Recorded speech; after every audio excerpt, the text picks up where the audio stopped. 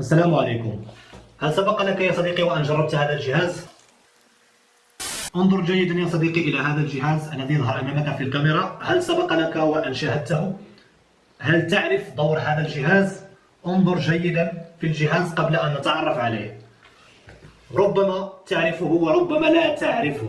المهم يا صديقي، هذا الجهاز يسمى بجهاز تنظيم النوم. ما معنى تنظيم النوم؟ أن تعاني من الشخير أثناء النوم. الشخير يعني عندما تكون نائما تقوم بإصدار صوت مزعج. إذا كنت تعاني منه فربما الحل يعني موجود في هذا الجهاز.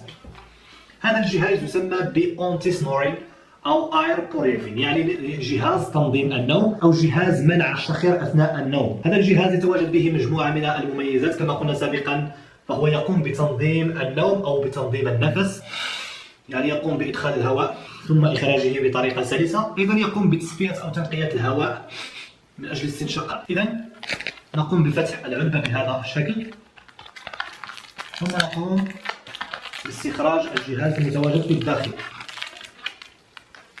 كما تشاهدون يا أصدقاء، انظروا جيدا.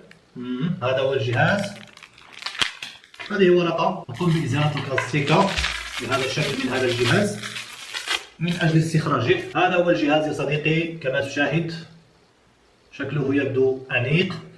هنا نجد هذه الثقوب الصغيرة المتواجدة هنا، وأيضا الثقوب المتواجدة هنا، والتي تقوم بمنع أو فلترة الهواء وكذلك منع دخول الحشرات كما قلنا سابقا داخل الأنف. إذا بالنسبة لطريقة استعمال هذا الجهاز فهي سهلة جدا. نقوم بتركيبه في الأنف بهذا الشكل، ثم مباشرة نتجه إلى النوم ونقوم بعمل التنفس، يعني سنتنفس بشكل عادي جدا من الأنف، يعني شهيق وزفير من الأنف بهذا الشكل.